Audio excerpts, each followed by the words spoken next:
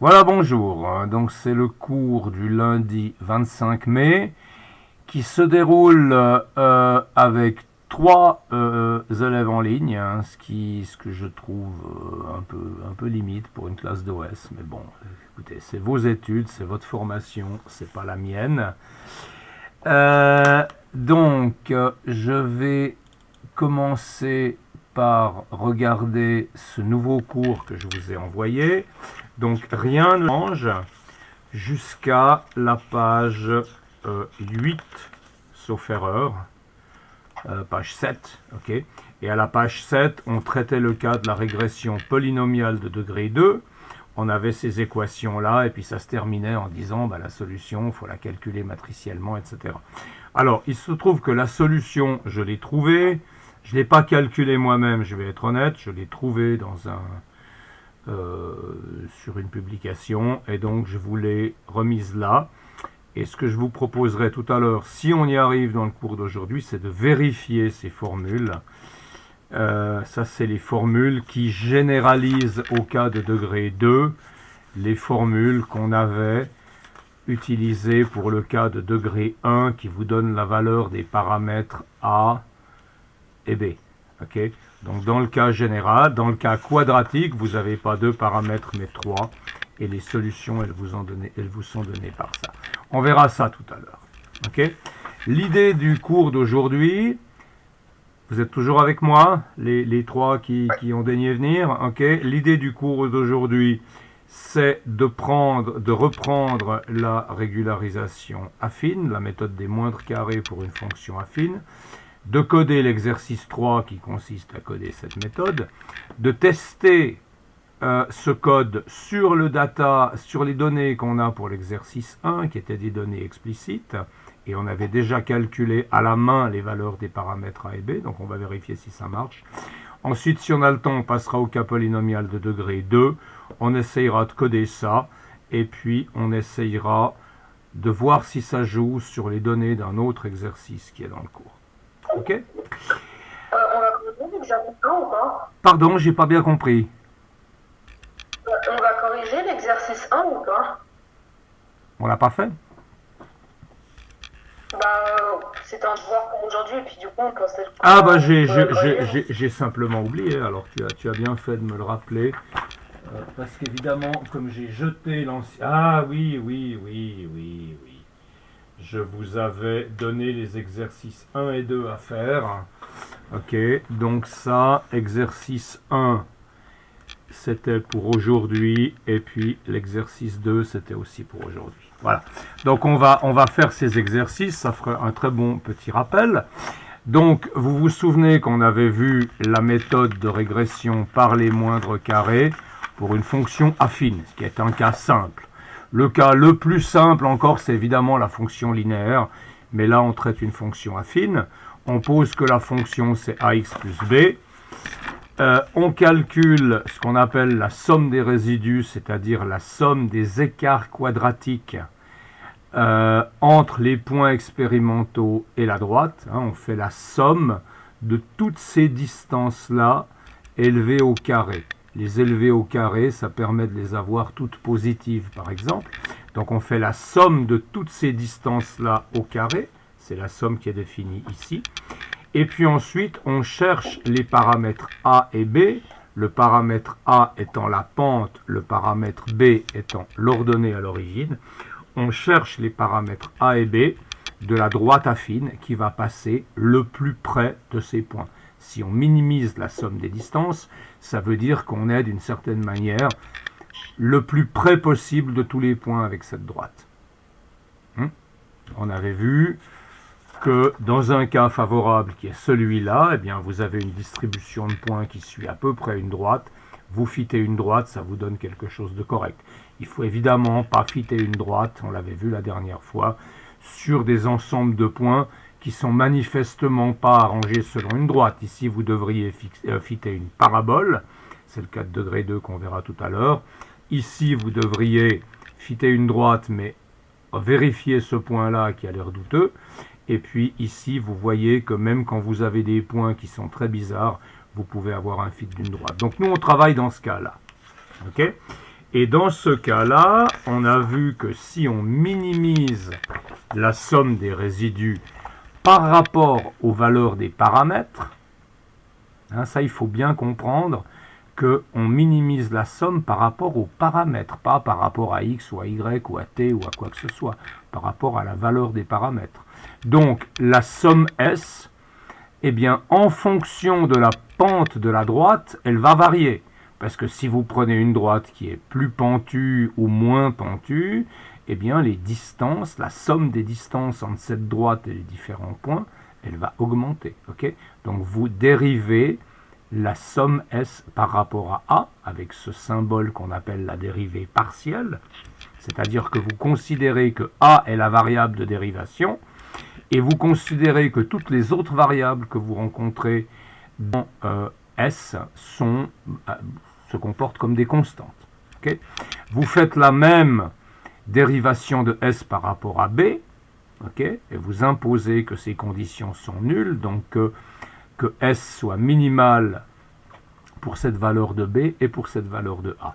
Et ça vous donne comme résultat une expression pour A qui est ici et une expression pour B que vous pouvez réduire à ça.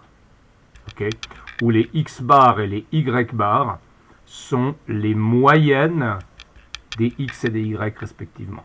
Le X bar, c'est la somme des X divisé par le nombre de X, c'est la moyenne des X. Et puis le Y bar, c'est la somme des Y divisé par le nombre de Y, c'est-à-dire 1 sur N, somme des YI. Et donc le B, vous pouvez, une fois que vous avez trouvé le A ici, le B, vous pouvez en fait le trouver facilement en prenant A fois la moyenne des X et puis en faisant Y bar moins cette valeur-là. Donc le B, il est facile, vous n'avez pas besoin de calculer tout ça. Okay, donc, l'idée de l'exercice 1, c'était de vérifier ces formules pour un cas simple. Et le cas simple, c'est un cas où on a les points 1, 1, 3, 2 et 7, 3. On le fait ensemble? Vous êtes toujours là? Allô? Oui, on est toujours là. Laissez vos micros ouverts, hein, sinon je vais faire une dépression terrible, je vais être à ramasser à la cuillère. Ok? Ok. Pardon? On n'aura plus pour l'année prochaine comme ça. Ah, vous aurez quelqu'un d'autre. 1, 2, 3. Ok, je me donne un petit repère pour faire vivre un peu ces données. J'ai un point qui est 1, 1. J'ai un point qui est 3, 2. 3, 2. Et puis j'ai un dernier point qui est 7, 3. 7, 3. Donc là, je suis en train de vous parler des données de l'exercice 1. Ok, et on vous demande de calculer à la main les valeurs A et B pour les points expérimentaux suivants. Bon, alors, identifions ces trucs. Ok, 1, 1, 3, 2, et puis 7, 3, c'est qui? En termes des X et des Y. Les points expérimentaux, ce sont des valeurs X, Y. Et puis à ces points expérimentaux, on leur donne des indices pour les distinguer. Okay, donc ça, ce sera le point X1, Y1. 3, 2, ce sera le point X2, Y2. Et puis 3, 3, ce sera le point X3, Y3. Okay, comme ça, on connaît les valeurs de X1, X2, X3. On connaît les valeurs de Y1, Y2, Y3. On est d'accord? Si c'est trop simple et que ça vous vexe, je suis désolé. Donc notre vecteur, notre x1, x2, x3, le vecteur x, si vous voulez, je peux l'écrire comme un vecteur. Ouais, non, ça n'a pas beaucoup de sens d'écrire ça comme un vecteur. Gardons ça. Okay, et maintenant, il faut qu'on calcule le a. Alors, la formule pour le a, je vais la copier ici. C'est n fois la somme pour i égale 1 jusqu'à 3, puisqu'on a 3 points dans notre histoire.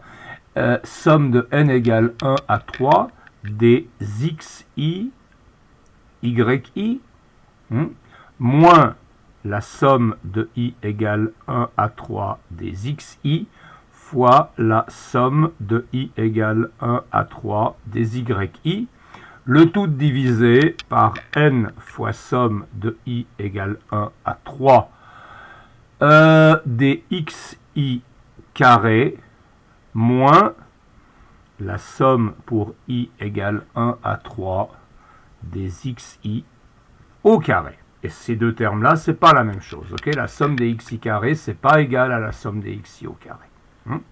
Et maintenant, on va calculer ce machin. D'accord? Vous êtes toujours avec moi? Juste, j'ai une question. N, ça représente quoi? Ah pardon, j'aurais dû mettre la valeur. N, c'est le nombre de points expérimentaux que tu as. Donc ça, c'est le point i égale 1, ça c'est le point i égale 2, i égale 3. Donc 3, c'est la valeur de n, c'est le nombre de points expérimentaux. Donc effectivement, tu fais bien de faire cette remarque, parce que là, comme j'ai remplacé les n par des 3 à la fin des sommes, j'aurais aussi dû remplacer le n dans la formule par le 3. C'est une bonne remarque. D'accord? Merci. De rien. Bah alors maintenant, il faut calculer tout ce merdier. Donc, on va calculer. Ok? Ça, c'est 3 fois la somme des xi, yi. Cette somme, elle va de i égale 1 à 3. Donc, le premier i que je prends, c'est 1. Ça fait x1 fois y1. x1 fois y1, ça fait 1 fois 1. Je vais noter tout explicitement. Ok? Plus x2 fois y2, c'est plus 3 fois 2. Plus x3 fois y3, 7 fois 3. D'accord? Vous êtes d'accord avec ça? J'ai pas testé avant, j'espère que ça va jouer. Hein. Vous avez fait le calcul, vous? Allô, allô? Vous avez fait ce calcul? Oui. Ok. Et ça a joué? Ouais. Ok. Bon, alors, 3 fois ça, moins la somme des xi fois la somme des yi. La somme des xi, c'est quoi? C'est x1 plus x2 plus x3. Ça fait 1 plus 3 plus 7. Et puis, la somme des yi, c'est y1 plus y2 plus y3. C'est 1 plus 2 plus 3. Bon, c'est pas si long que ça à écrire. Voilà, j'avais fait ma barre de fraction trop longue. J'aime pas les barres de fraction trop longues. Et ça, c'est divisé par 3 fois la somme des xi carré. Donc, je prends x1 au carré, ça fait 1 au carré, plus x2 au carré, c'est-à-dire 3 au carré, plus 7 au carré, ok, 49, voilà, moins la somme des xi au carré. Donc, ça, c'est pas la même chose. La somme des xi au carré, c'est 1 plus 3 plus 7, x1 plus x2 plus x3, le tout au carré. On est d'accord? Vous voyez, on revient des fois aux opérations fondamentales, plus, moins, fois, divisé, et puis c'est utile. Okay, alors, calculons ça, ça fait 3 fois 1 plus 6 plus 21, 21, 27, 28. Ça fait 3 fois 28, moins 1 plus 3 plus 7 qui fait 11, fois 1 plus 2 plus 3, 3, 4, 5, 6. Je fais de nouveau des barres de fraction beaucoup trop longues. Okay. Et tout ça, je divise par 3 fois. 7 et 7, ça fait 49. 3 au carré, ça fait 9. 1 au carré, ça fait 1. Donc, ça fait 59. 3 fois 59, moins 7, 8, 9, 10, 11 au carré. C'est juste jusque-là, ça correspond à ce que vous avez fait? Parce que je sais très bien que je peux me tromper dans ce genre de choses. 3 fois 28, ça fait 60... ça fait 84. Moins 11 fois 6, 66. Divisé par 179. 3 fois 50, 150. 3 fois 9, 27. moins 11 au carré, 121. C'est juste? Alors, qu'est-ce que ça fait? C'est là qu'on va voir si je sais encore faire mes 4 opérations. Ça fait 84 moins 66 qui fait 18 sur 179 moins 121 qui fait 58 et 18 sur 58 ça nous fait 0,3103 environ. Ok. Et est-ce que c'est juste est-ce que c'est juste? On n'a pas de manière de le vérifier pour l'instant. Hein. Mais ce qu'on va faire, c'est qu'on va coder. Ouais, vous devriez trouver une pente A proche de 1/3, donc c'est bien ça. Et puis l'ordonnée à l'origine, on va la calculer. Donc ça, apparemment, c'est une valeur qui est juste. Tout à l'heure, on va coder le programme. Et puis on va voir si le programme nous donne bien la même chose. Vous avez trouvé ça aussi? Allô, allô? Oui. Ok, c'est non. vrai. Non? T'as trouvé? J'ai fait une erreur de calcul, Deville. Donc oui, c'est bon. T'as fait une faute d'erreur. Bon, dans ce genre de calcul, on ne peut pas vraiment t'en vouloir parce que c'est facile de faire des fautes d'erreur. Ok. Et puis maintenant, la valeur du paramètre B, eh bien, je vous l'ai dit tout à l'heure en regardant le cours, le paramètre B, vous pouvez le calculer comme ça si vous voulez, mais vous pouvez... Ouais, ça et ça, c'est exactement la même chose. Ok? Parce que là, vous avez 1 sur n fois la somme des y, donc c'est la moyenne des y, et puis 1 sur n fois la somme des x, c'est la moyenne des x. Alors, je vous propose qu'on calcule avec ça, parce que de toute façon, si on calcule ça, il faut qu'on calcule les y bar et les x bar. D'accord? Donc, le b, je vais l'écrire maintenant avec les valeurs que j'ai.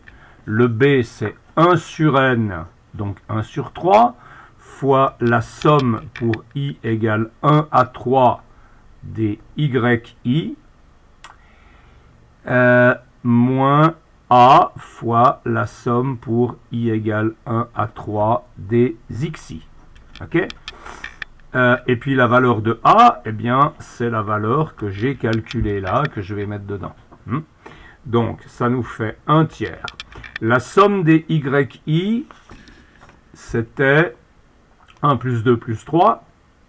Donc ça, c'est 1 plus 2 plus 3, moins a, qui est 0,3103 environ,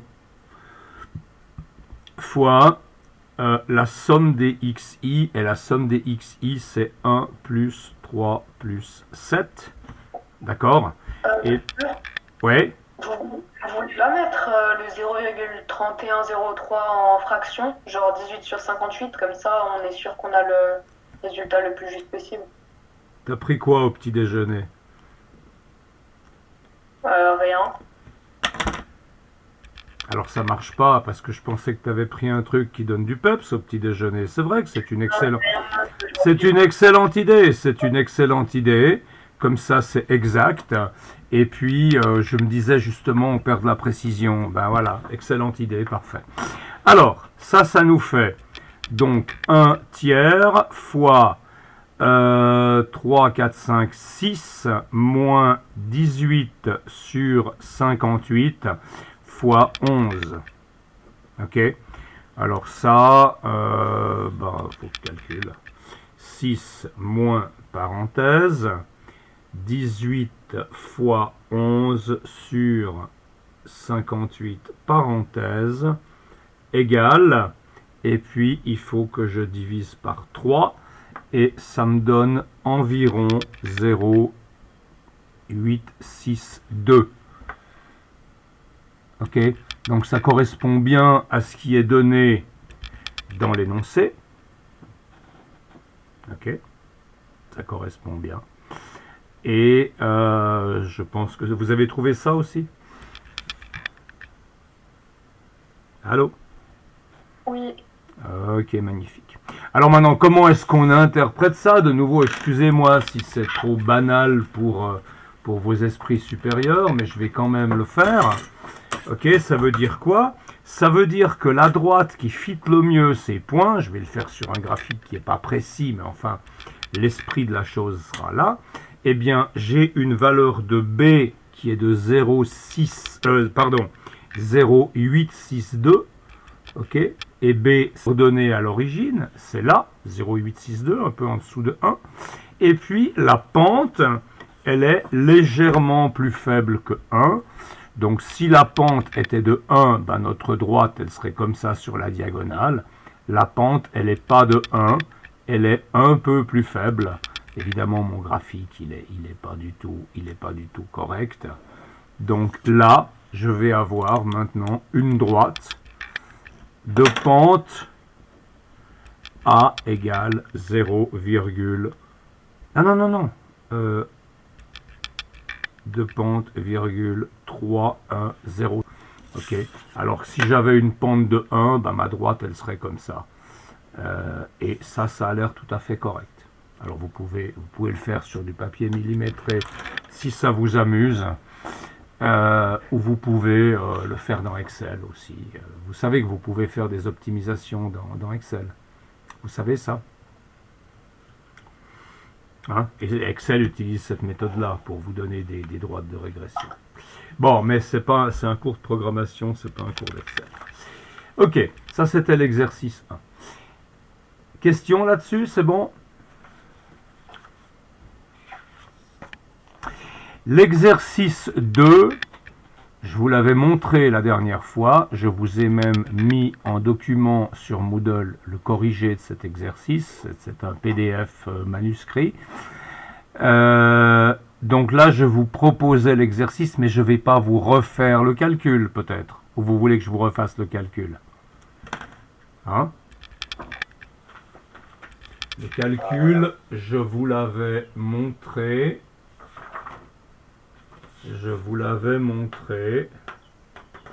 Il était là, et puis je vous l'ai mis en ligne. Ok. Exercice 3, page 8. Ouais, c'est l'exercice 2. Parce que ça a un petit peu changé. C'est l'exercice 2, page 5. Ok. Donc, ah non, pardon, ça c'est le cas quadratique. Ça c'est le cas quadratique, mais je vous avais mis... Voilà. Non, ça c'est une exponentielle. Je vous avais mis ça. Voilà, je vous l'avais mis. C'est ça, ok. Ce document-là, il est en ligne, et c'est le calcul qui aboutit à ces expressions que vous avez dans le cours. Vous voulez qu'on reprenne ce calcul ou ça va? Je vais peut-être pas le réécrire, mais on peut regarder comment c'est fait. D'accord? Allô? Vous êtes là? Ça y est, il n'y a plus personne. Vous êtes là? Moi, je pense que c'est bon si on peut le faire. Le faire? Ouais. On en a pour tout le cours, hein? Et je vous l'ai déjà fait la dernière fois, non? Ah bon, alors c'est bon, alors du coup... Non mais, écoutez, on va regarder le calcul, sinon on en a pour 1 heure. Ok, vous avez la somme S, donc la somme des résidus, c'est-à-dire la somme des distances entre la hauteur des points expérimentaux, YI, et puis la valeur de la fonction, ça c'est Y selon la fonction, et la fonction c'est A fois XI plus B. Ok, donc cette différence-là, c'est la distance verticale entre la fonction et un point expérimental qui s'appellerait XI, YI, et puis on fait ça pour tous les I, on obtient la somme. Voilà. Et on prend le carré de ces distances parce que c'est la somme des moindres carrés. Et puis après, on doit dériver par rapport à A et à B. Donc on fait des dérivées partielles. Dérivée partielle par rapport à A, ça veut dire que le A est la variable par rapport à laquelle vous dérivez, et tout le reste, ce sont des constantes. Okay? Mais le A, il est contenu dans une parenthèse qui est élevée au carré. Donc si vous voulez dériver par rapport à A, vous devez dériver d'abord la parenthèse, et ensuite vous avez la dérivée de l'intérieur qui sort. La parenthèse, c'est une parenthèse au carré, Donc la dérivée de cette parenthèse, ça va vous donner 2 fois la parenthèse à la puissance 1. Ok, 2 fois la parenthèse à la puissance 1. Et puis ensuite, vous prenez la dérivée de l'intérieur. Et la dérivée de l'intérieur, c'est la dérivée par rapport à A de yi moins AXI moins B. Ça, c'est la dérivée de l'intérieur. D'accord? Alors, la dérivée de l'intérieur par rapport à A, c'est tout ce qui multiplie A dans ce terme-là. Et qu'est-ce qui multiplie A? C'est moins XI. Ok? Donc, la dérivée de l'intérieur, elle vous donne ici moins XI, et le 2, il vient de la dérivée de la parenthèse. Donc vous avez un moins 2, et puis cette dérivée, c'est une dérivée d'une somme, donc c'est la somme des dérivées. Donc ici, vous retrouvez une somme des XI, YI moins AXI plus B. Ok? Un peu la même histoire pour la dérivée par rapport à B, sauf que maintenant, le B, à l'intérieur de la parenthèse, il apparaît tout seul. Donc la dérivée de l'intérieur, ce sera simplement le signe de B. Okay? Parce que vous avez moins B là, si vous distribuez le moins. Okay? Donc la dérivée de moins B par rapport à B, c'est moins 1. Vous avez ce moins qui apparaît là. Et le 2, il vient de la dérivée de toute la parenthèse qui était au carré. Vous me suivez ou je parle serbo-croate? Allô? On vous suit. Vous me suivez. J'ai besoin d'être rassuré. Que voulez-vous? Ok. Donc, on a ces conditions. Et maintenant, on impose que ces deux dérivées partielles soient nulles. Pour que on puisse déterminer un minimum. Ok? Alors, on impose que ça soit nul. Donc, le moins 2, on s'en tape. On va l'oublier. Et puis, on aura simplement ici la condition que la somme des xi, yi moins axi moins b égale 0. Vous devez garder les xi dans la somme. Et puis, pour la deuxième condition, vous avez juste la somme des yi moins xi moins b égale 0. OK? Et maintenant, ces sommes, vous pouvez les séparer. La somme qui est là, vous pouvez en fait l'écrire sur chacun des termes. OK? La somme de plusieurs termes, c'est égal, enfin la somme de tout ça, c'est égal à la somme de ça, plus la somme de ça fois ça, plus la somme des xi fois b. Okay? Donc ici, si on réarrange un peu nos sommes, on trouve ça. Qu'est-ce qu'on a fait? On a pris la somme des moins axi fois xi, qui nous donne des axi carré, puis on a changé le signe de tout le monde. Hein, vous voyez que ici, le a, il porte un signe plus, le b, il porte un signe plus, et ce terme croisé, il est de l'autre côté en plus, donc il porte un signe moins. Ça veut dire que là, on a changé les signes. De toute façon, c'est égal à 0, vous pouvez changer le signe global, il n'y a aucun problème. Okay? Donc, ce mec-là, il devient ça, a somme des xi carré, plus b fois somme des xi, égale somme des xi yi. Et puis, cet autre mec-là, ben, on lui fait subir le même traitement. On va changer le signe globalement. Donc, vous avez un terme a fois la somme des xi. A fois la somme des xi. Plus b fois la somme de 1. Okay, c'est une somme, mais qui s'applique sur... c'est la somme pour i égale 1 à n des b. Okay? Alors ça veut dire quoi? Ben pour i égale 1, vous avez b. Plus i égale 2, vous avez aussi b. Plus i égale 3, vous avez aussi b. Et puis pour i égale n, vous aurez encore b. Okay?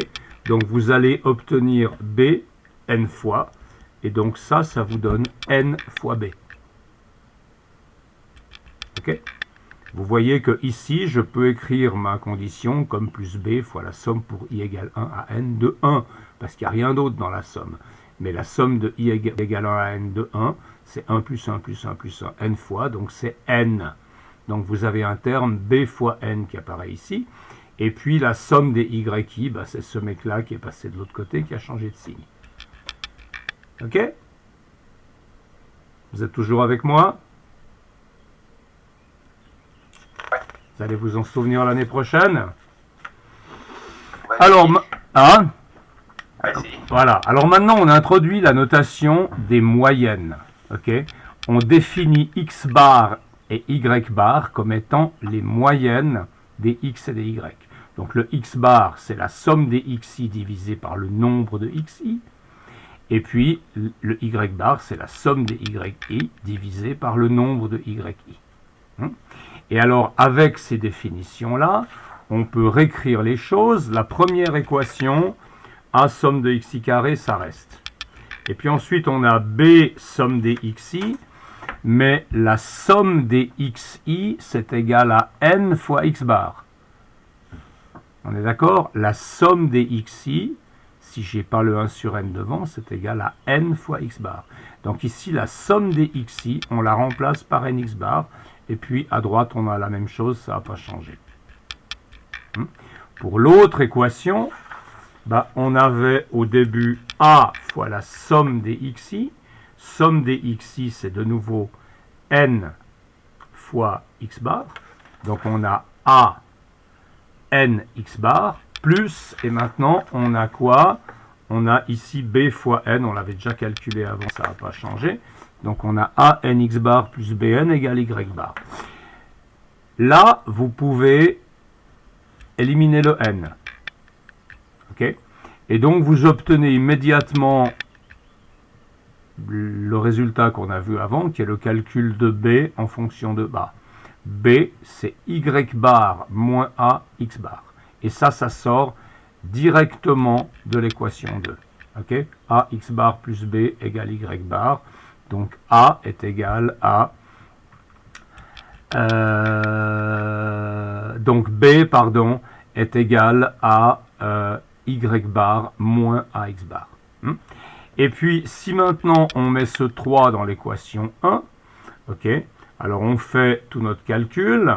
Donc on a a, la somme des xi carré, qui était le premier terme ici, dans l'équation 1, ok, plus bn x bar, mais le b maintenant c'est y bar moins ax bar, fois n fois x bar, qui sont là. Le b a été remplacé par ça. Le nx bar reste, égale somme des xi y qui n'a pas bougé. Continuons ce calcul. On a a fois la somme des xi carré, plus nx bar y bar, donc là on a bêtement distribué ici cette multiplication, on a nx bar y bar, moins n a x bar carré, égale somme des xi y. Et maintenant on voit que le a, il est là et il est là, donc on va mettre ce a en évidence. Donc ce sera a fois la somme des xi carré moins n x bar carré. Ok, le a est là. Et puis de l'autre côté, on a la somme des xi y qui était déjà là, moins ce mec-là, dont on n'a pas encore tenu compte, enfin il n'est pas dans le membre de gauche, il ne dépend pas de a. Ok, moins n x bar y bar. Et pour finir, eh bien, la valeur de a, c'est simplement ce mec-là divisé par celui-là. Donc, somme des xi y moins n x bar y bar sur somme des xi carré moins n x bar carré. Et si maintenant, ça, vous le réécrivez en remplaçant les x bar et les y bar par leur définition qu'on avait donnée là en haut, qu'est-ce que ça vous donne? Eh bien, attention, donc on avait... somme des xi y moins n x bar y bar. Donc ici vous avez votre x bar. Ici vous avez votre y bar. Ok, vous voyez, c'est 1 sur n somme des xi, 1 sur n somme des yi. Le n qui était devant, il est toujours là. Ok, on avait un n ici. Et puis après, vous avez la somme des xi carré moins nx bar carré. Pardon, n somme des xi carré, oui. Non, pardon, excusez-moi. La somme des xi carré moins n x bar carré, bah, le x bar carré, c'est 1 sur n carré fois cette somme au carré. Et puis après, vous faites un petit truc, vous multipliez par n sur n, ça va vous permettre d'éliminer ces n qui sont partout.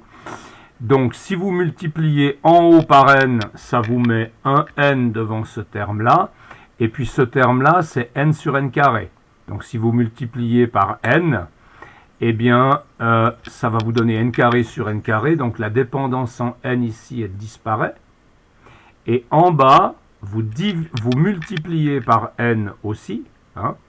Vous divisez la fraction par n, donc vous multipliez le dénominateur par n. Donc ça vous donne ce n qui va venir là-devant, moins, et là vous avez n sur n carré, quand vous multipliez par n, ça vous tue la dépendance en n. Et donc vous obtenez cette formule-là, qui est exactement la formule que vous avez dans le cours. D'accord? Et puis maintenant, le b, si ça vous amuse d'avoir une forme explicite pour le b, vous pouvez. Le b, c'est y bar moins x bar. Y bar, c'est ça. A, c'est ça, qu'on vient de calculer là. Et puis x bar, c'est ça. Et puis si vous faites tout ce calcul, parce qu'il y a un week-end pluvieux, vous ne savez pas comment vous occuper, eh bien, vous allez obtenir cette expression-là pour le b. Mais enfin, généralement, on n'utilise pas trop cette expression-là. D'accord? Ok. Gouette, voilà l'expression finale pour le b. Ce document-là, je l'ai déjà mis sur Moodle et sur Classroom, vous l'avez. Et comme j'ai déjà fait le calcul la semaine dernière, je ne vais pas vous le refaire. Okay, mais là, on l'a commenté. Ça a pris un temps raisonnable et on a fait le truc. Bon, bah maintenant, quelle est l'idée? L'idée, c'est de coder. Okay, exercice 3, écrivez un programme Python qui implémente la régression linéaire pour une fonction affine. Donc, vous devez calculer A et B. Okay, vous devez vous donner des points initiaux finaux, et puis vous devez calculer A et B. Alors, je vous propose de vous donner comme point ces points-là. Comme ça, on verra si le programme nous donne bien comme réponse pour A et B les valeurs qu'on a calculées à la main tout à l'heure. Et puis, il faut que je vous donne quelques petits hints pour la programmation, parce que là, vous allez devoir rentrer des données. Vous allez devoir rentrer des arrays de données. Alors, comment est-ce que vous faites pour rentrer des arrays de données? Vous pouvez par exemple dire que votre vecteur x, ce sera l'array, un array en anglais. Comment est-ce qu'on dit en français un array? Un arrangement? Je ne suis pas certain. Donc, vous allez avoir array 1,3,7. Donc ça va vous définir une variable de type array. C'est un vecteur, si vous voulez, ou une matrice à une ligne et 3 colonnes. Okay, et cette définition du array, elle nécessite NumPy. Donc c'est NumPy array 137, ça c'est pour le x. Et puis votre y, ce sera évidemment NP array de les valeurs de y qui étaient 1, 2, pardon, il n'y a pas de virgule, et 3. D'accord? Il n'y a pas de point, c'est pas un point virgule, pardon, c'est une virgule. Et puis là, j'ai fait mes parenthèses un peu n'importe comment. C'est la parenthèse ronde et ensuite une parenthèse carrée. D'accord? Donc le array, ça marche comme ça. Et de cette manière, vous rentrez vos valeurs de x et de y. J'ai juste une petite hésitation. Où est-ce que j'ai mis le calcul de tout à l'heure? Le calcul, voilà, il est là. Donc on est bien d'accord que x1, x2, x3, oui c'est juste. Ok, donc ça c'est comme ça que vous allez rentrer vos données dans le programme. Ok, on va pas s'amuser à rentrer chaque fois les valeurs de tous les points. On va rentrer systématiquement les valeurs comme ça. Et puis, vous aurez besoin, évidemment, de calculer votre x bar, votre y bar. Donc là, je vous laisse leur donner des noms, etc., les calculer. Et puis, vous devrez calculer A est égal à toute cette somme et B est égal à toute cette somme. Alors, vous pouvez utiliser la fonction somme. Par exemple, si vous faites la somme des x, ok, eh bien, la somme des x, ce sera np somme de x. Ça, c'est une fonction, cette fonction somme, qui va vous prendre un array et qui est capable, qui est codé pour vous faire la somme des nombres qui se trouvent dans l'array. Ok? Donc, np somme de x, ça vous donne la somme pour i égale 1 à 3 dxi. D'accord? Si maintenant vous avez la somme au carré, eh bien vous devrez prendre cette somme au carré. Mais si vous prenez la somme des carrés, ça s'écrira comme ça. Enfin, le x carré, évidemment, en Python, il s'écrit pas comme ça, il s'écrit comme ça. Ok? Et ça va vous donner la somme pour i égale 1 à n des xi carré. Par définition, la fonction somme, etc. Si vous faites np somme des x fois y, ça va vous donner la somme des i égale 1 à n des xi, yi, etc. Donc avec ces sommes-là, vous pouvez faire tous vos calculs. Et puis ensuite, pardon, il faut sortir les valeurs de a et de b, les calculer.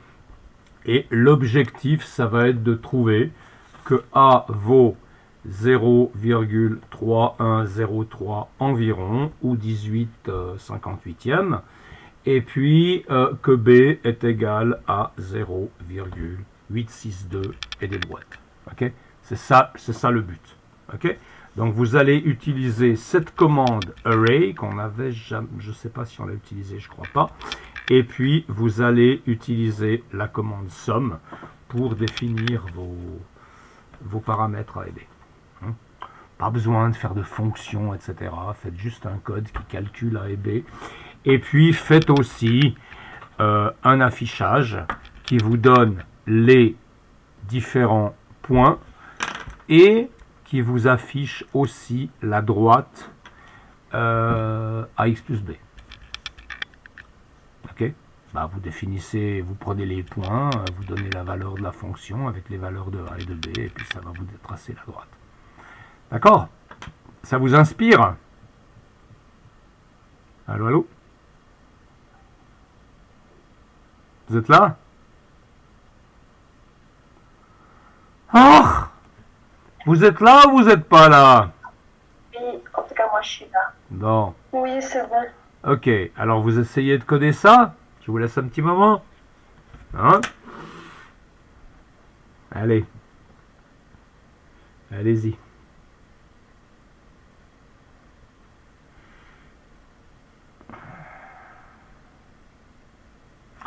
On est combien en ligne maintenant?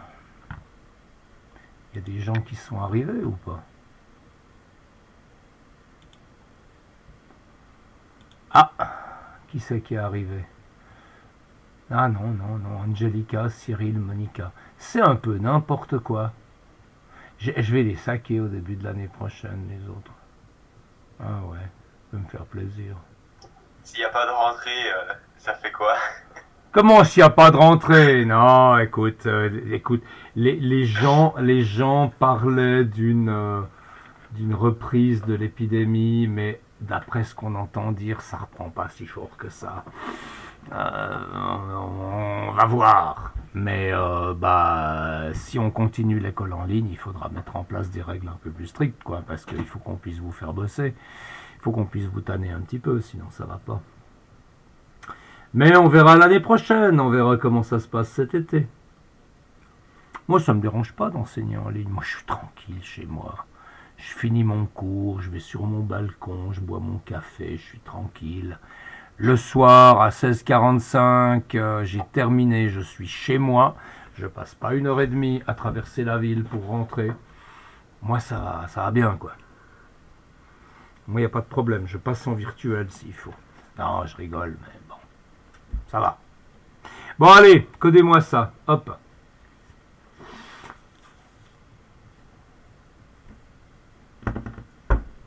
C'est bon? Je vous laisse un petit moment.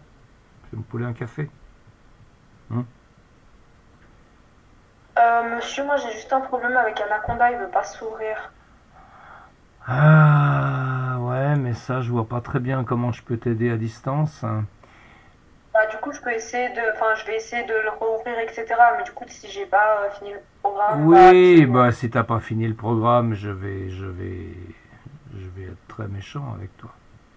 Hein? Mais non, je rigole. Si tu ouais, Anaconda, ça arrive. Hein. Et bon, tiens, bah c'est une bonne idée, comme ça je le démarre aussi. C'est bien que tu m'y aies fait penser.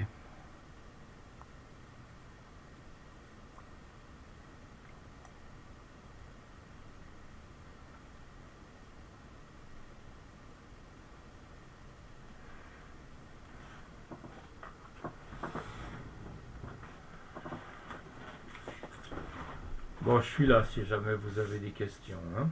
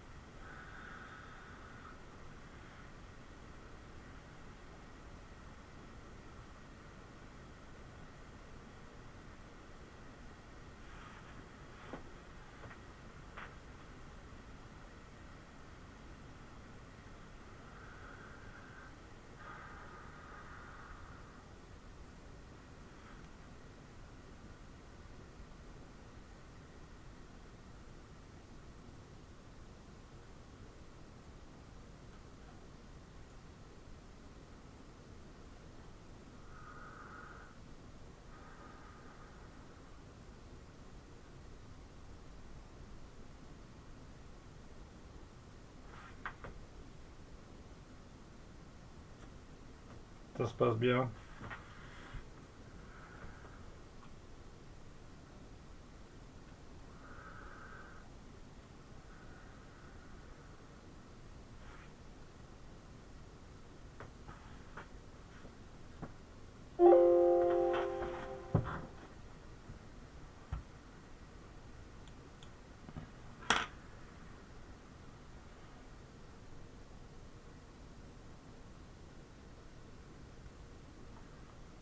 Qu'est-ce que c'est que ce truc?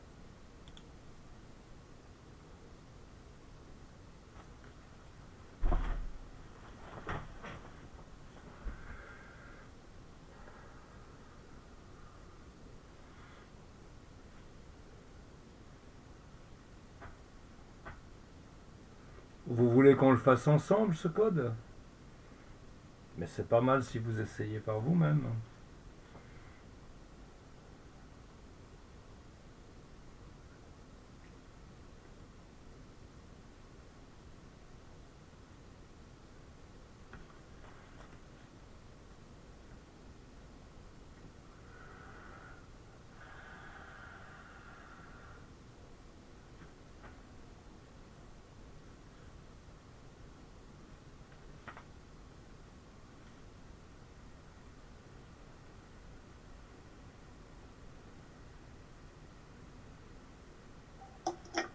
D'accord, il y a mes drivers graphiques qui me disent qu'ils n'arrivent pas à s'installer correctement. Yes.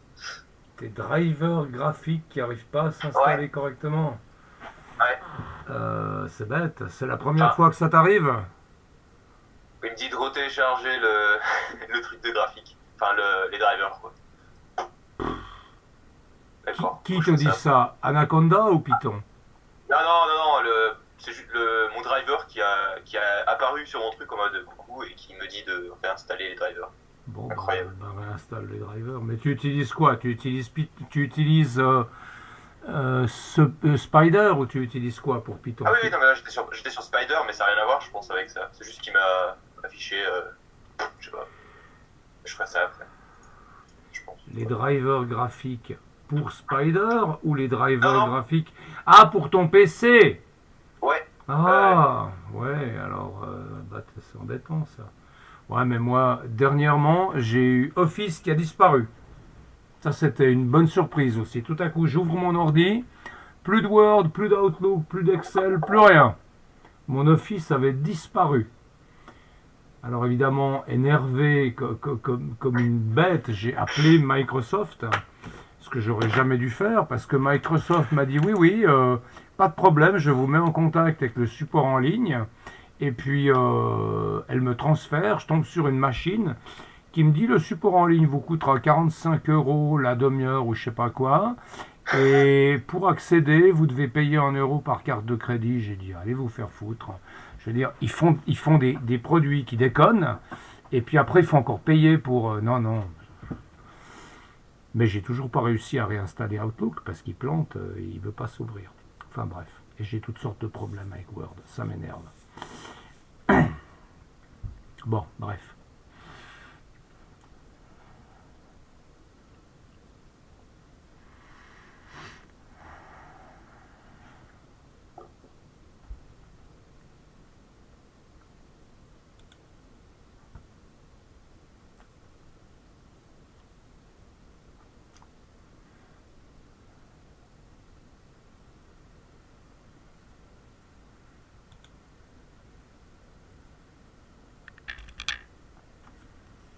Voilà, je vous mets les définitions que j'avais mis là.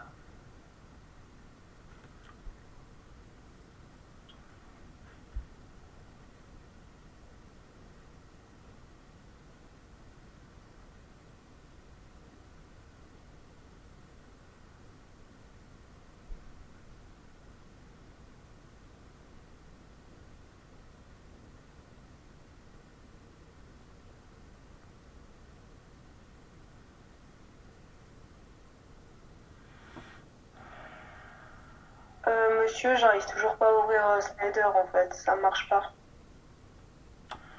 Bon, au pire, tu peux télécharger un autre interface de développement. Mais sinon, redémarre ton PC et puis je sais pas quoi te conseiller à distance, c'est pas évident. Le Anaconda s'ouvre. Oui, en fait, le Anaconda il s'ouvre, mais quand je clique sur Launch pour Spider, bah en fait ça fait rien. Ça fait rien. Ça. Bon, je sais pas. Peut-être ça va marcher bien. Si, Non, je sais pas. Bon, si tu essayes de faire un on down, verra, on verra. je sais pas si tu utilises Spider sans Anaconda, si tu as tout ce qu'il faut avec. Les autres, vous en êtes où? Vous êtes bientôt arrivé à coder ça ou pas? Hmm. Allô, allô? bah, je galère juste avec la somme en fait, enfin les sommes. Bah, si tu as des doutes sur les sommes, vérifie-les. Hein. Tu peux faire un calcul, faire un print, et puis tu regardes si c'est juste. Ouais. Et puis,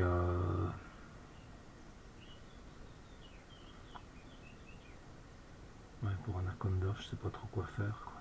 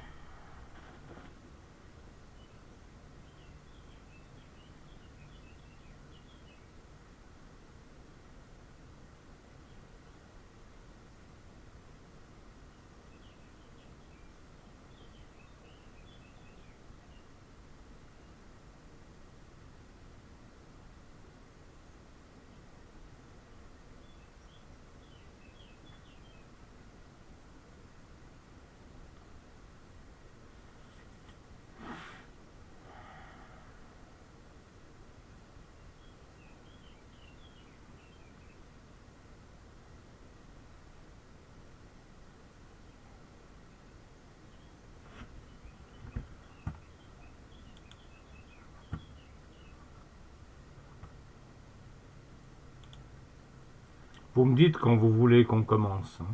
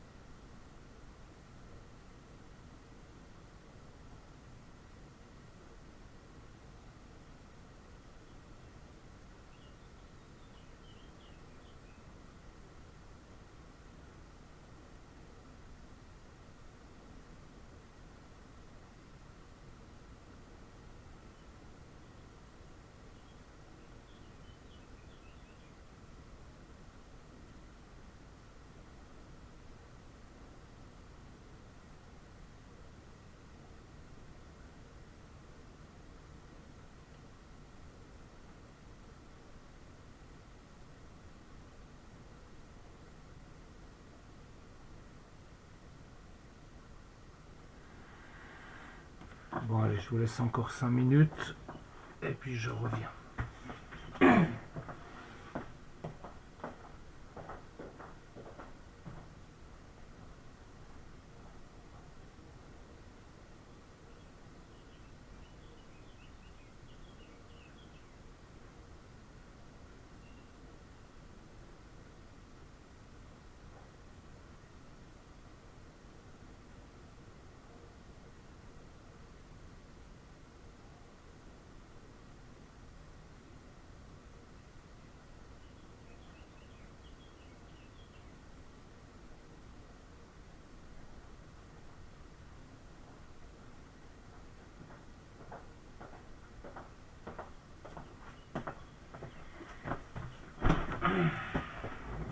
Vous êtes arrivé à quelque chose, vous en êtes où?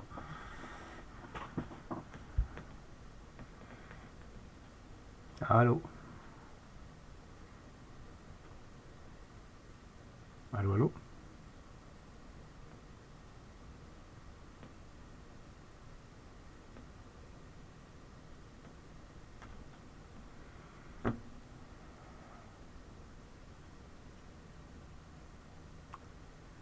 Vous êtes toujours là?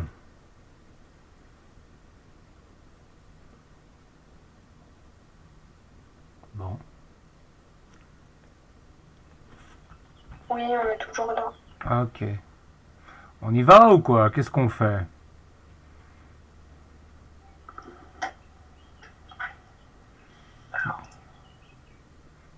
On l'écrit ensemble ou je vous montre un corrigé? Qu'est-ce que vous préférez? Si on peut l'écrire ensemble. Ouais. Ok. Alors, par quoi on va commencer? On va commencer par importer les différents packages et donc il nous faut NumPy pour le array et puis est-ce qu'il nous faut Matplotlib pour les plots. Ok, donc on va importer NumPy as np et puis on va faire un import de matplotlib pyplot as plt comme on fait d'habitude matplotlib pyplot as plt. Ça c'est les imports. Je vais mettre ça un peu plus grand comme ça vous verrez mieux. Ok, ça c'est les imports et puis ensuite on a besoin de nos points de mesure. Donc on va les rentrer comme tout à l'heure. Le point x ce sera égal à np.array et là vous avez besoin des parenthèses carrées à l'intérieur et vous aurez 1,3,7 pour le x. Okay. Et puis pour le y, ce sera la même chose. Simplement, là, on aura y, et les valeurs pour les y sont 1, 2 et 3. Ok? Et là, on a rempli nos 2 points. Et puis, on peut vérifier. On peut faire print x et on peut faire print y pour voir si ça joue, si les données sont rentrées correctement. Ok? Essayons de le faire tourner. C'est pas plus mal quand vous faites un code. De tester progressivement. Alors, il faut que je ça. Donc, je vais le mettre au bon endroit. C'est toujours un peu long, mon chemin d'accès.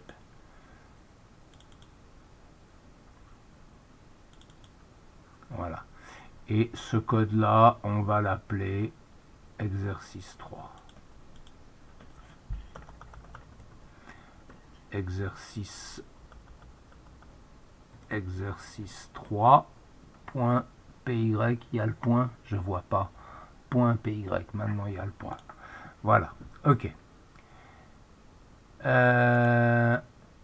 On l'exécute, bah ça marche, ok. Le x c'est 1, 3, 7, le y c'est 1, 2, 3, c'est bon. Je vous encourage quand vous codez, si vous avez un peu de difficulté avec le codage, de vérifier régulièrement pendant le codage que les choses que vous avez rentrées fonctionnent bien. Ok? Bon. Ensuite, quel est le nombre de mesures? Bah, on aura besoin du nombre de mesures. Donc, soit vous dites ici n égale 3, ce qui n'est pas très malin, parce que si vous changez votre array là, ça ne va pas changer la valeur de n et donc vous aurez un problème. Vous pouvez aussi définir le n comme étant la taille de vos arrays. Alors ça, ça se fait comme ça. Okay? Si vous écrivez n égale x.size, ça va vous donner la taille de l'array, c'est-à-dire le nombre de mesures. Alors vous pouvez prendre la taille de x ou la taille de y, c'est égal, puisque vous avez le même nombre de valeurs dans les deux. Vérifions que ceci marche. On peut dire print, nous traitons combien de mesures? Eh bien, tac, plus str, vous devez mettre un string de n,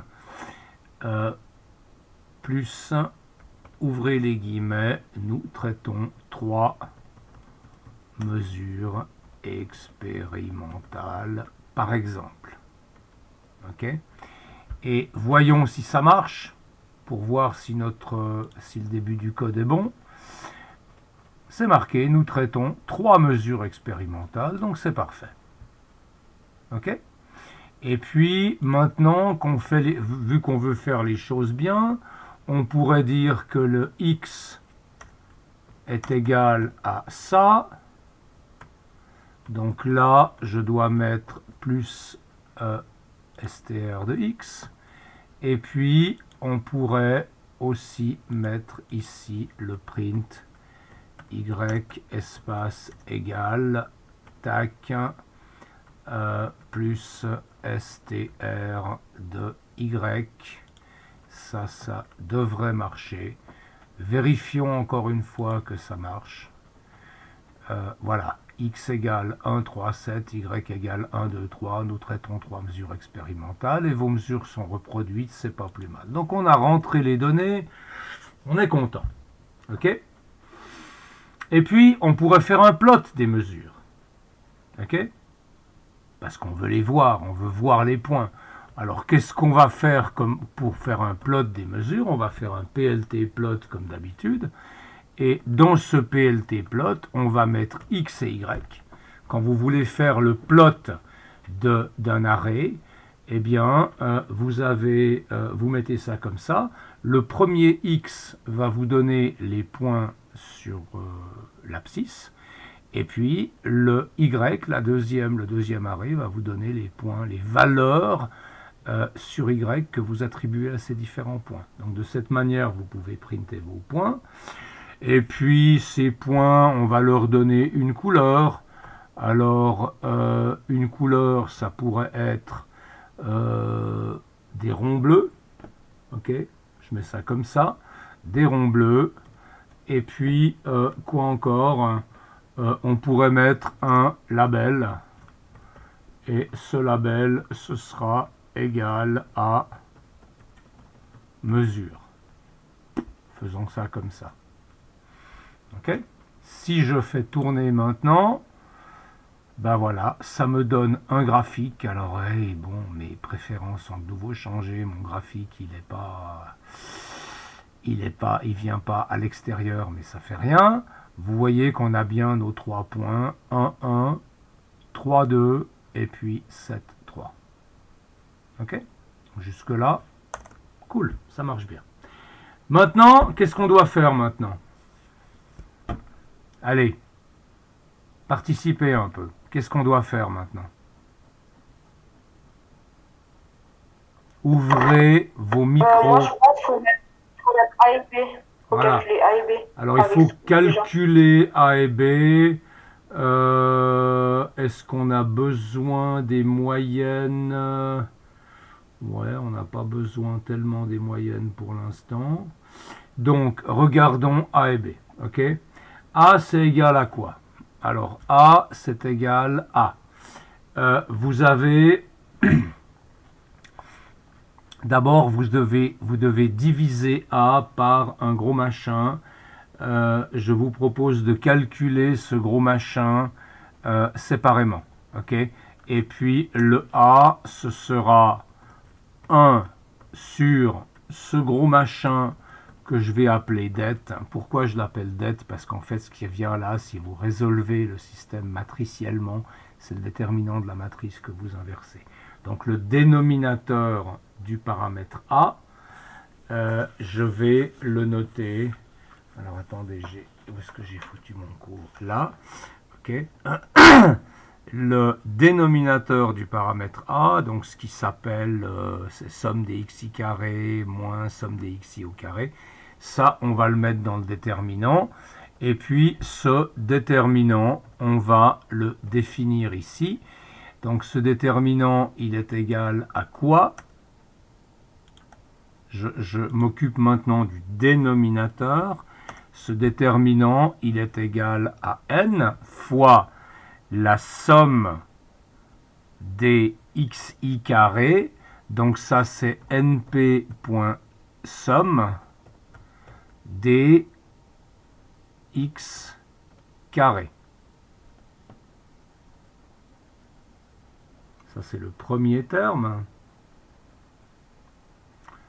Excusez-moi, je me suis trompé de notation. Le x carré, ici, c'est comme ça.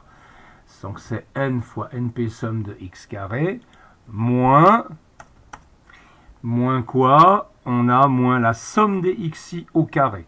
Donc là, je vais mettre une parenthèse. Ce sera np.somme de x. OK? Et puis, cette somme-là, je vais la mettre au carré. D'accord? Ça, c'est le dénominateur. Et puis maintenant que j'ai réglé le problème du dénominateur, je vais m'occuper du numérateur de A. Okay? Le numérateur de A, c'est n fois la somme des xi, yi. Okay? Donc c'est np fois somme de x fois y. Okay? N fois np somme de x fois y. Et puis, alors attention, ce déterminant-là, il va multiplier tout le monde. Ok, donc là, je dois mettre une grande parenthèse que je vais devoir refermer à la fin quand j'aurai mis le deuxième terme du numérateur. Et le deuxième terme du numérateur, c'est moins la somme des xi, donc np.somme de x, fois la somme des yi, np.somme des y. D'accord? Et puis la parenthèse qui referme la parenthèse que j'ai ouverte tout à l'heure, elle s'est mise automatiquement. Vous voyez que ma parenthèse est bien fermée. Et ça calcule la valeur de A. On est d'accord avec ça? Alors le det, ce serait peut-être une bonne idée que de le mettre avant, parce que si le programme arrive sur A et puis qu'il ne connaît pas det, ben, il va gueuler. Donc ça, je le mets avant le calcul de A. D'accord? Bon. Et puis maintenant, le calcul de B. On avait vu que le calcul de B, il est simple si on connaît x bar et y bar. Il se trouve que là, on n'a pas calculé x bar et y bar. Ok, donc on va les calculer maintenant. Donc le B, c'est égal à quoi? On peut le faire de différentes manières. Si vous regardez le cours, vous voyez que le B, il est divisé par le même dénominateur que le A. Ok? Il est divisé par n, la somme des xi carré, moins somme des xi au carré. Donc le B, on pourrait l'écrire avec la deuxième formule qui est dans le cours, qui est la formule 8, ou on pourrait l'écrire avec la formule 7. C'est comme vous voulez. Écrivons-le avec la formule 7, ça ira plus vite. Donc avec la formule 7, vous avez 1 sur n fois parenthèse, la somme des yi, donc c'est np.somme de y, ok, np somme de y, moins a, parce que cette définition-là, la définition 7, utilise la valeur de a. Si vous ne voulez pas utiliser la valeur de a, vous prenez la formule 8. Okay, mais là, on a pris la formule 7, donc c'est A, fois la somme des xi, fois np.somme des xi, et puis la parenthèse, la grande parenthèse, c'est refermé. Ça marche très bien. OK?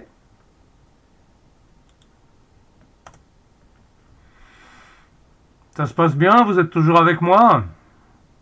Ouais. OK. Alors maintenant qu'on a calculé A et B, eh ben on va les imprimer. C'est bête. Okay, donc c'est PLT, c'est print. Et puis là, on va mettre allez, résultat du fit. 2 points.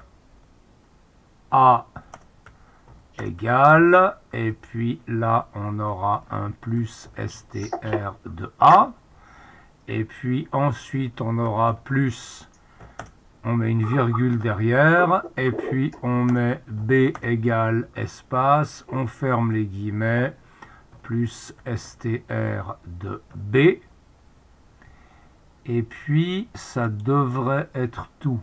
Alors, résultat, il faut que je mette une majuscule si je veux que ce soit parfait. Résultat, puis le A, j'ai mis un A majuscule. A égale STR de A plus virgule B égale STR de B. On y va? Ça devrait marcher, vous pensez? Bah, normalement, oui. Oh! La vie est belle. Enfin... 0, 32, 14, on avait trouvé combien? On avait trouvé 31, 03. Ah ah! Pourquoi est-ce qu'on trouve 32, 14? Le deuxième, on trouve 0, 8, 21 et pas 0, 8, 609. Alors, est-ce qu'on a fait une erreur tout à l'heure ou est-ce qu'on a fait une erreur maintenant? Est-ce qu'on a fait une erreur dans notre calcul tout à l'heure? Ça m'étonnerait. 3 fois 20, 60. 3 fois 8, 24, 84. Moins 66. Sur 179, moins 100. Vous avez trouvé la même chose que moi hein, dans les calculs à la main.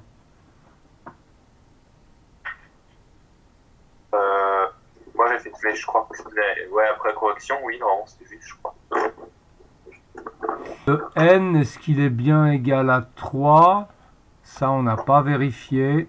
Si je fais un print de n, ah bah oui, oui, non, on l'a imprimé, on l'a imprimé. strn, on l'a imprimé, on a bien 3 valeurs expérimentales, 1, 3, 7, 1, 2, 3. Alors, vérifions. Le det, donc là, le dénominateur, le det, c'est n fois la somme des x carrés, moins la somme des x au carré. Ça, c'est correct. Ensuite, pour le a, on a 1 sur ce det fois n fois la somme des x fois des y, la somme des xi, yi, moins la somme des xi fois la somme des yi. C'est juste.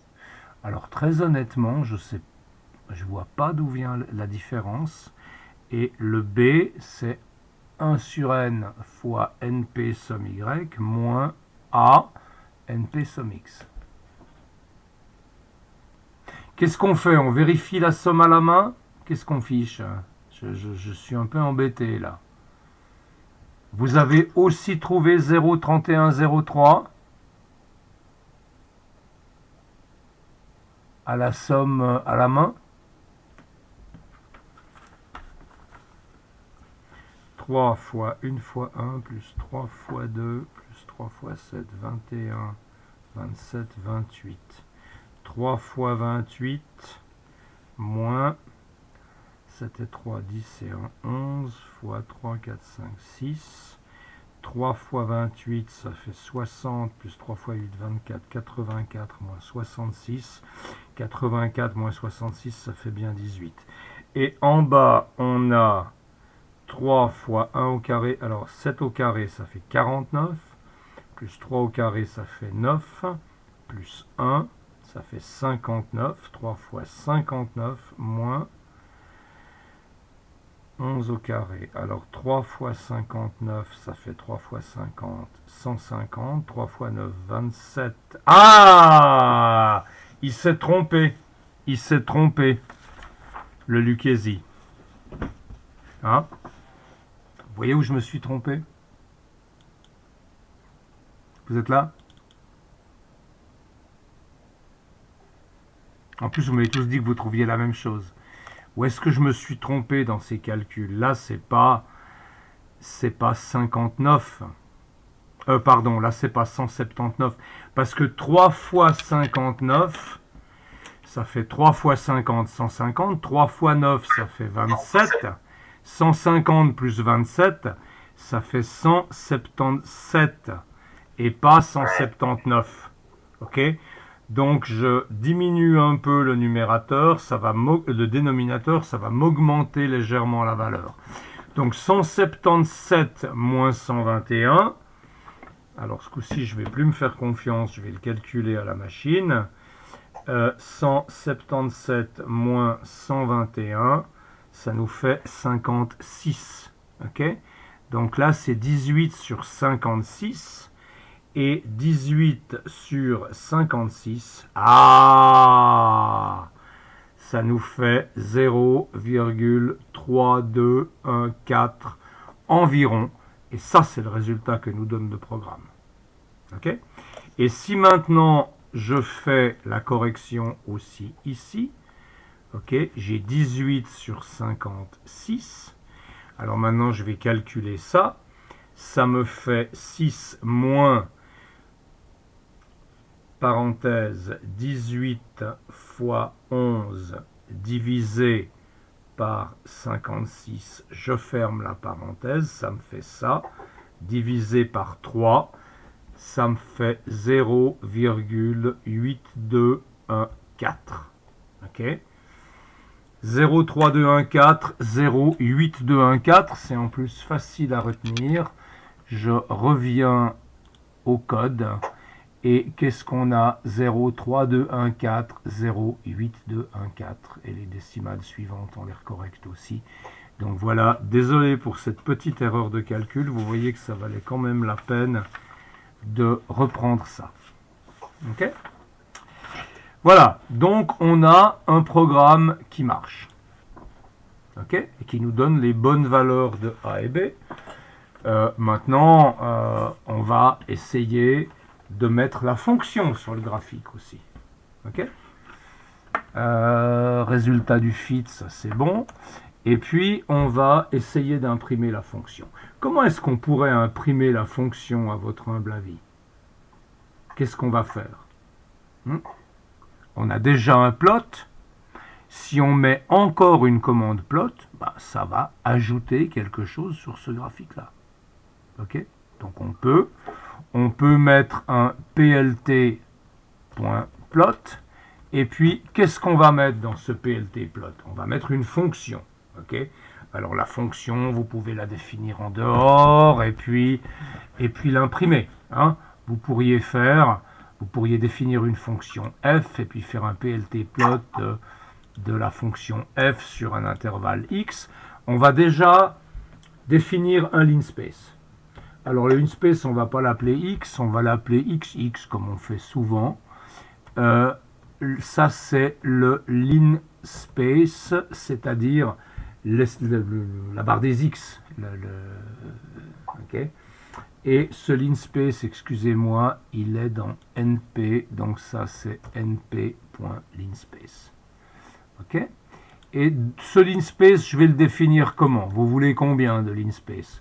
Vous voulez que ça commence où, que ça se termine où et qu'il y ait combien de points différents? Eh bien, le linspace, on va le faire partir à 0, ça me semble raisonnable. On va aller jusqu'à 8, puisque le dernier point, il a x égale 7. Et puis, on va mettre, allez, 100 points. De toute façon, qu'on mette 100 points, ou 10 points, ou 3 points, ou 2 points, ça revient au même, puisqu'il s'agit d'une droite. Et maintenant, pour imprimer cette droite, on va mettre xx comme linspace, et puis on va mettre quoi comme fonction? Qu'est-ce qu'on va écrire pour la fonction? Là, j'aimerais bien que ça vienne de vous quand même. Qu'est-ce qu'on va mettre pour la fonction? C'est quoi la fonction qu'on veut plotter? Ça, vous savez me le dire. Allô, allô? Ouais, c'est AX plus B. C'est AX plus B. Donc la fonction, ce sera A fois la valeur du point sur l'axe des X, plus B, qui est l'ordonnée à l'origine. Ok? Et puis, comment est-ce qu'on va le faire? Dans quelle couleur on va le faire? Bon, écoutez, c'est une fonction, on va laisser le code décider par lui-même. Et puis voilà. Hein. On va faire ça, on va voir ce que ça donne. Si je fais tourner le code, ah, ça a bien marché. Ok? Vous voyez que la droite qu'on a trouvée, elle fit très très bien les points. Elle passe à peu près à la même distance des deux premiers points, très proche du dernier. Ça, c'est le meilleur fit qu'on peut faire de ces 3 points expérimentaux sur la base de la méthode des moindres carrés. D'accord? Ok? Maintenant, si vous voulez changer la couleur, eh bien, comment on fait? On va mettre, par exemple, une ligne rouge. Ah, pardon, là, j'ai fait une bêtise. Là, on va mettre une ligne rouge. Et puis, on peut mettre un label, mais bon, les labels, ils apparaissent pas parce que je suis dans le... Je ne sais pas pourquoi les labels apparaissent pas. Je pense que c'est parce que les graphiques sont en ligne. Et ça, je vais donc mettre un label. Et ce label, je peux dire que c'est le fit, par exemple. Ok? Et puis après, on peut améliorer un peu ce graphique. Hein. On peut lui donner un titre. plt.title. Et qu'est-ce qu'on va mettre comme titre à ce graphique? Ben, déjà, c'est exercice 1. C'est exercice 1. Et puis, c'est fit affine. D'accord? Ça, c'est le titre du graphique qu'on met. On peut mettre des labels aussi. Donc, on aura plt.label x label, pardon, qui sera x. Le x label, ce sera x. Et puis, on aura un y label qui sera y, comme d'habitude. plt y label égale y. Ok. Qu'est-ce qu'on veut encore? On veut mettre la légende, alors ouais, plt.legend, et puis cette légende, on peut décider où on veut la mettre. Donc ça se fait avec loc pour location, loc égale, et puis vous pouvez mettre upper left. Upper left, c'est bien parce que si vous mettez upper right, ça vous met la légende sur la courbe, c'est pas génial. Ok, donc plt legend location upper left, c'est bon. Et puis on termine par notre fameux plt.show avec une parenthèse ouverte fermée. Maintenant, je vais aller grailler dans les préférences. Je ne sais jamais où ça se trouve. C'est dans la console graphique, je crois. Ah bah voilà, bah j'ai trouvé tout de suite. Donc je vais mettre automatique. OK. Et maintenant, mon graphique, il devrait sortir séparément. Ben non, il ne sort pas séparément. Ah! Il y a un truc marrant qui s'est passé. J'ai fait une erreur bête. Vous avez vu ce que j'ai fait comme erreur bête? Regardez bien le graphique. La présentation du graphique. Qu'est-ce que j'ai mis comme label X et Y? Ben, comme X label, j'ai mis X. Ouais. Puis comme Y label. Ouais. Vous avez mis X, bah, du coup ça a printé. Voilà, il a pris les variables. Alors si je veux pas qu'il prenne les variables, mais que je veux qu'il prenne uniquement les lettres X et Y, je vais mettre ça comme ça. Et puis il y a encore un truc qui me déplaît, mais là c'est parce que je suis vraiment picky, c'est que le label mesure, il devrait être en majuscule. Alors, est-ce que je sais encore taper une majuscule? Voilà. Donc, exercice 1, fit affine, c'est pas non plus de la littérature. On pourrait dire fit de points par une, Brigitte, par une droite affine. Ce sera plus joli. Et puis, on peut même mettre que c'est 3A. On va mettre ici plus str de n pour afficher le nombre de points. Et puis plus tac. Donc comme ça, on va avoir le nombre de points qui apparaît. Je ne sais pas si ça va marcher dans le titre, on va voir.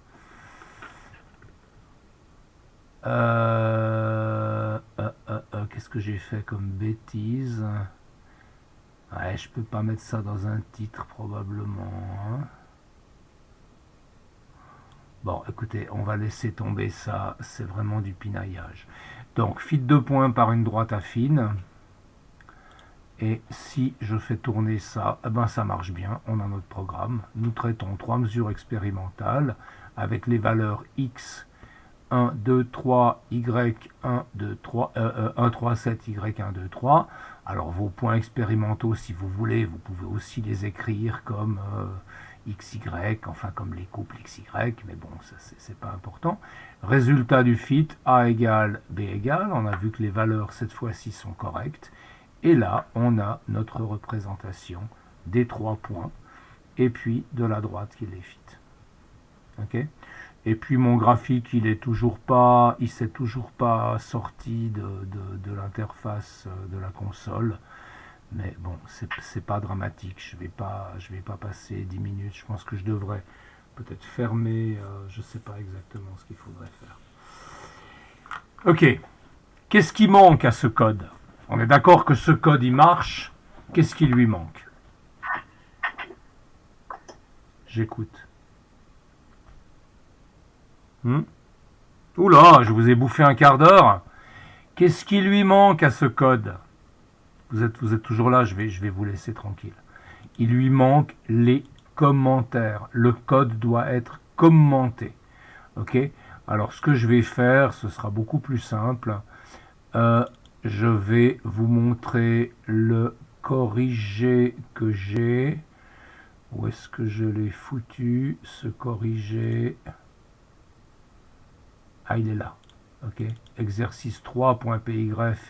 Non, non, non, non, non, non. Ça, c'est celui qu'on vient de faire. Pardon. Alors, il doit être ici, mon corrigé. Voilà. Ça, c'est mon corrigé. C'est exactement le même. Enfin, à peu près le même code. Presque exactement le même.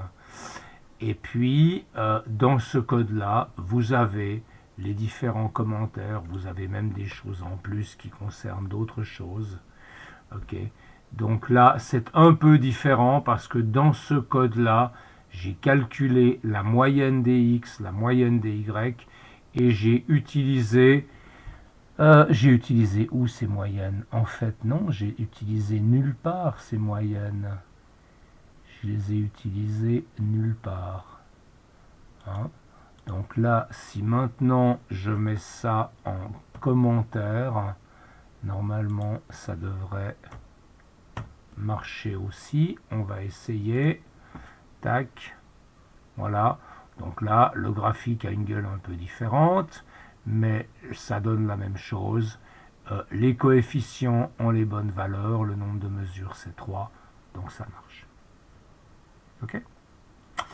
Voilà. Je vous laisse. Je suis désolé d'avoir dépassé. Vous auriez dû me dire. Je vous laisse retourner à vos... je vous laisse aller manger. Je vais aller manger aussi. Et puis, la prochaine fois, je ne sais pas ce qu'on fera. On verra combien il y a de gens en ligne. Mais ça m'énerve hein, que personne vienne. Ça me fend le cœur, en fait. Enfin, personne, à part vous. Ok? Moi, j'ai une question. Ouais. C'est pas congé lundi prochain? Pourquoi ce serait congé lundi prochain? C'est lundi de Pentecôte. Pardon? Ah bah voilà, je sais. Lundi de Pentecôte. Ah, c'est Pentecôte lundi prochain? Je crois. Si c'est Pentecôte, il n'y a pas de cours. C'est vrai, c'est vrai. Attends, laisse-moi vérifier. Ouais, parce que maintenant qu'on n'a plus de congé, de toute façon, on n'est plus au courant de tous ces trucs. Alors, Pentecôte 2020. Mais je crois qu'elle a raison, Monique. Lundi de Pentecôte, ouais, le 1er juin. Ah bah oui, effectivement, il n'y a pas de cours lundi prochain, c'est le lundi de Pentecôte. Donc, voilà, donc le cours se termine aujourd'hui. Et puis, il se termine avec peu de monde, mais je m'en remettrai. Merci d'être venu. Et Mais donc... du coup, là, on a les vacances. Pardon? On est en vacances, là. Là, vous êtes en vacances, ouais. Ça, c'était le dernier cours. Pardon? C'était le dernier cours, ça? Bah ouais, parce que j'avais pas remarqué que lundi prochain, c'était congé. Donc, on nous a dit que les cours sont prolongés jusqu'à la fin de la semaine prochaine, mais si lundi prochain, c'est congé, il n'y aura pas de cours. D'accord? Cool. Trop bien. That's right. Ok. Bien. Alors, je vous remercie d'être là, d'être venu. Et puis, Mais pas de soucis. à l'année prochaine, si on se croise pas dans le courant de l'été, et si on a la chance de se voir physiquement l'année prochaine. Ok? Ouais. Ok. Bye bye. Bye bye. Bye bye, au revoir. Merci à vous aussi. Au revoir.